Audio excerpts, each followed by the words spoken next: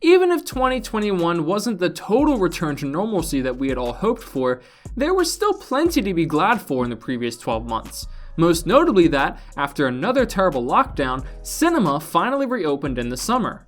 Long awaited and long delayed, new pictures were eventually launched into the public, and spectators could, at long last, enjoy the excitement of cinema together again. And among the films that did make it to the big screen, there was something for everyone. A slew of blockbusters, enormous sci-fi epics, all singing, all dancing musicals, intimate character dramas, pulse-pounding thrillers, and unclassifiable oddities.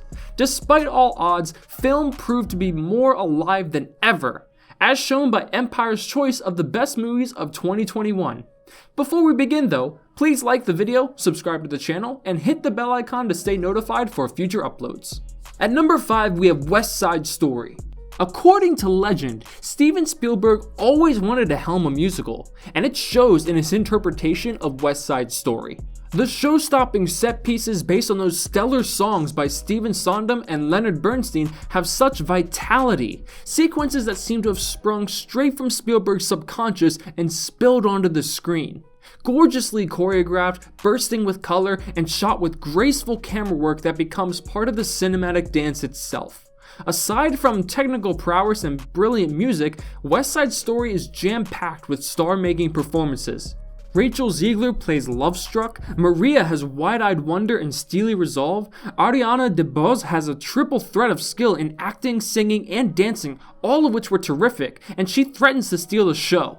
And Mike Feist has an unmistakable magnetism as Raucous Jet's ringleader Riff. With a sophisticated story that addresses racism and disenfranchised in America with relevance, a superb performance from the renowned Rita Moreno, and a progressive attitude to bilingualism with no Spanish subtitles whatsoever, you have a fitting successor to a movie classic. It's exciting and joyful to see Spielberg so energized at this point in his career. And turns out, letting one of the greatest filmmakers of all time wild on one of the most renowned musicals ever is the stuff of cinematic magic.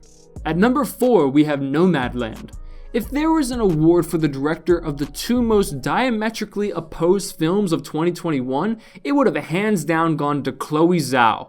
While she concluded the year on a high note with the epic superhero fantasy Eternals, probably Marvel's most contentious film ever with a tale spanning 7,000 years and a cast of 10 cosmic gods, she began it with the awards favorite Nomadland. There aren't any exploding volcanoes or celestial brawls in this film, just gorgeous widescreen vistas and beautifully handled human stories galore, as Frances McDormand's Fern takes on a nomadic lifestyle and traverses the American expanse in the aftermath of financial disaster, finding valuable companionship and odd jobs as she moves from place to place. Nomadland is a picture with serene sensibilities and a thoughtful attitude, operating in a similar low key to her previous feature, The Rider, but with more lightness and tenderness. Zhao once again spinning screen gold from non-actors with a supporting cast of real-life nomads. All of that, and McDormand is a jerk. It's no surprise it swept the Oscars. At number 3 is Minari. First and foremost, it is a weed that cleanses the earth and the water around it, pronounced Minari. This is what Lee Isaac Chung's small masterpiece is all about, the profound bonds that bind us together.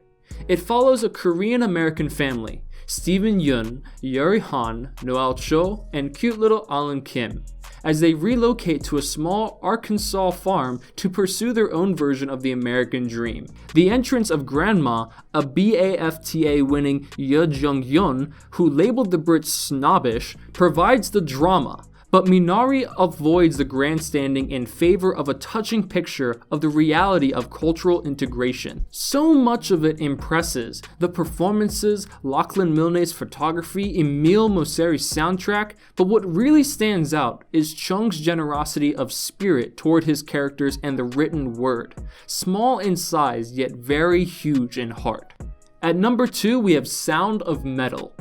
Sound designers are rarely mentioned in film reviews, but Nicholas Becker's extraordinary work on Darius Marder's stunning debut deserves all of the praise, and an Academy Award.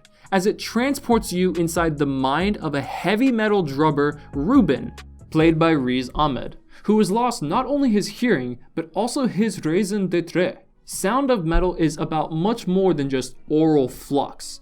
Martyr's film is both a captivating drama and a strong argument against seeing deafness as a handicap. His delicate screenplay and a brilliant performance by Riz Ahmed, who effectively etches an arc from rage and astonishment to a sort of understanding, ensure that the film's overall premise about accepting what life throws at you never seems stale. The duo transforms a potentially cliched subject into something poignant and honest. Sound of Metal has a lot of soul for a film about heavy metal.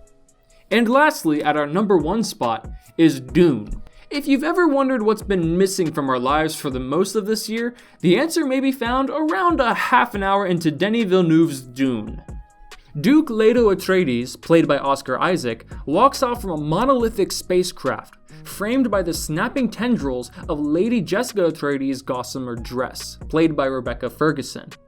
The sheer magnificence of the sight, not to mention the cry of Hans Zimmer's space bagpipes, is enough to bring tears to the eye as Duke Leto and his entourage set foot on Dune's desert planet for the first time.